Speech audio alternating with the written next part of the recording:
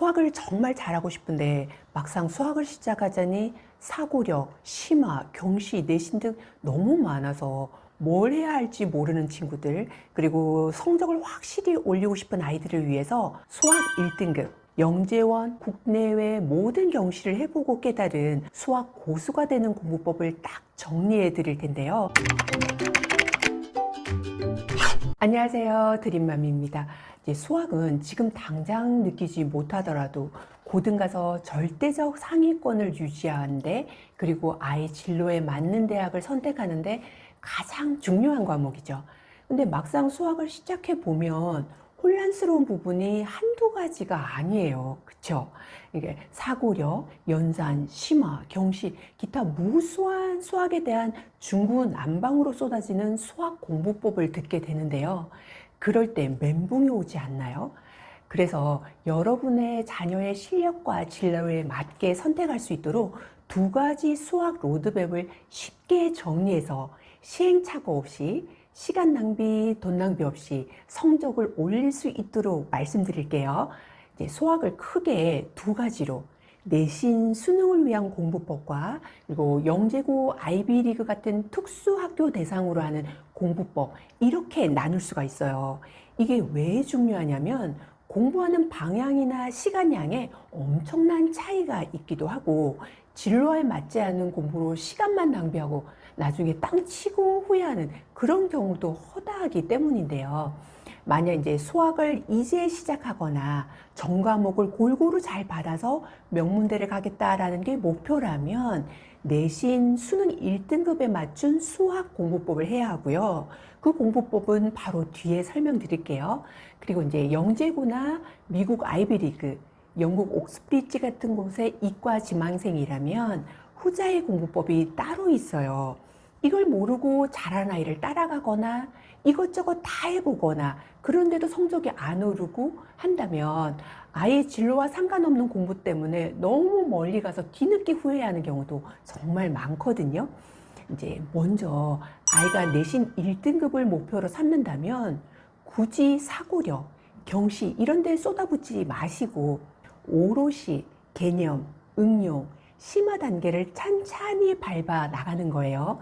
뭐 초등 때 흔히 하는 실수가 누구는 사고력 학원을 다니는데, 또는 뭐 엄친아는 경시 준비를 하고 있는데 내 아이는 학년별 문제만으로도 가능할까? 이런 고민이 되시잖아요. 맞아요. 이런 부분을 명확히 설명해 주는 부분이 없어서 저도 그때 굉장히 고민하고 경시에 엄청난 시간을 쏟아부었어요.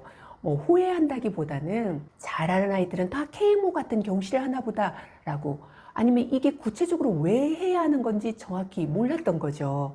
그만큼 다른 과목에 신경을 덜 쓰는 상황이 생기기도 한 거예요.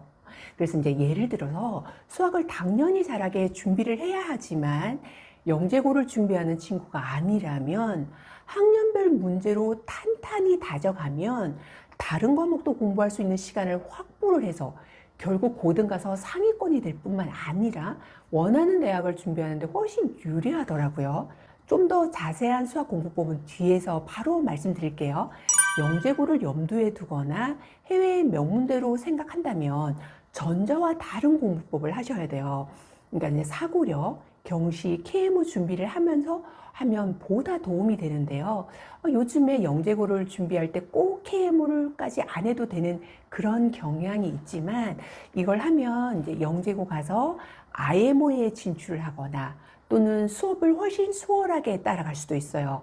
그리고 심지어 KMO를 준비를 하면 AMC, USAMO 같은 경시를 치르고 미국 명문대 지원에 이제 기입하는 난도 있어서 합격하기 훨씬 유리하거든요.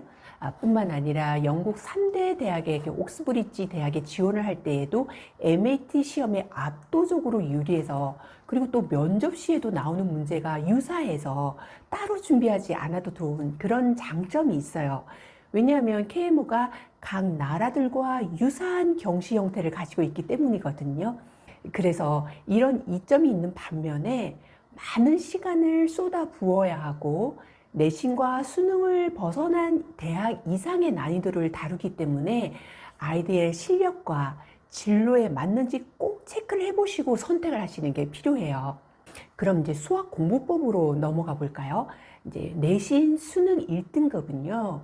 우선 저학년이라면 사고력을 약간 하는 것도 좋지만 필수는 아니에요. 이제 학년별 문제집을 개념, 응용, 심화 순으로 해 나가면서 여기서 두 가지 포인트를 알아두시면 확실히 성적이 올라가거든요. 틀린 문제는 반드시 2번 정도 풀어보면서 완전히 자기 걸로 만드는 그런 작업을 하고, 이제 심한 문제가 너무 어려워서 도저히 못 풀 것 같다고 한다면 그 문제를 며칠이고 풀어봐도 안 풀린다면 이제 일단 그 문제를 넘어가서 진도를 쭉쭉 앞으로 나가다가 다시 돌아와서 풀어보면 그 문제가 자연스럽게 풀리는 경험을 하게 되실 거예요. 그게 왜냐하면 초등심화는 중등 과정은 고등 과정을 베이스로 응용한 문제이기 때문에 풀리게 되거든요. 이렇게 하면 난이도 있는 문제를 푸는 능력도 키워지고 진도도 나가면서 확실히 문제 해결 능력이 생기기 때문에 아이가 수학하는 맛도 나고 성적은 덤으로 올라가는 거죠. 이제 두 번째로 영재고 해외 명문대를 준비한다면 영재고를 대비할 친구들은 사고력과 수학 도서를 통해서 수학머리를 키우는 워밍업을 하는 게 필요해요. 그리고 학년별 문제집뿐만 아니라 영재원, 경시를 경험하는 것도 꽤 도움이 되거든요. 이제 영재원을 다니게 되면 수업도 좋지만 또 그 수업 못지않게 수학을 잘하는 또래 친구들과 선의의 경쟁도 할 수 있고 또 정보 공유를 할 수가 있기 때문에 함께 성장을 하게 되더라고요. 이제 영재원 준비법은 위에 올려놨으니 참고하세요. 그리고 경시를 준비하면서 난이도 높은 문제를 이제 해결해가는 능력도 생기고 AI 시대에 적합한 깊이 있는 사고 능력도 만들어져요. 이제 그뿐만 아니라 대학을 해외 명문대를 생각한다면 이 과정을 통해서 AMC, 에이미, 매테스트 같은 대학에 제출할 수학 인증서나 또 테스트 점수도 거의 완벽하게 좋은 점수를 받을 수가 있거든요. 이 과정은 이제 직접 모두 경험하면서 느낀 점이 아이들의 재능과 진로에 맞게 전자나 후자를 먼저 선택을 하고 준비를 하면 아이도 힘들지 않고 부모님도 헛돈 쓰지 않고 수학 잘하는 아이, 심지어 원하는 대학도 잘 준비할 수 있게 되거든요. 물론 성장하면서 아이가 바뀌는 부분은 수정해 가면서 하시면 되고요. 이렇게 방향과 방법을 먼저 알고 시작을 하면 반은 일단 성공하고 들어가는 거거든요. 이 영상을 보시고 아이 진로와 재능에 맞게 수학 공부를 하는데 진심 도움이 되셨기를 바라고요. 더 궁금한 점 있으시면 댓글 남겨주시면 답글 드릴게요. 자녀의 꿈이 이루어지도록 다음 시간에도 더 좋은 정보로 찾아올게요. 감사합니다.